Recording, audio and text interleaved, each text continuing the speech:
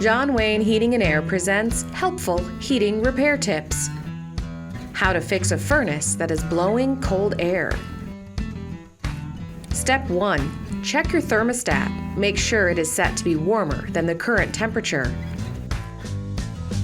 Step 2. Check the thermostat's fan setting. If it's set to on, the air will continually blow even when the air's not being heated, and that could feel like cold air. Change the fan to auto. Step 3. Check your air filter and change it if it's dirty. A dirty filter could affect the airflow in your home's heating system. Step 4. If you have an older furnace that uses a pilot light, check to be sure it's lit. Relight it if it's not. If none of these helpful tips gets your hot air going again, call the furnace repair experts at John Wayne Heating and Air. In Springfield, call 417-831-9500. In Mount Vernon, call 417-466-2515.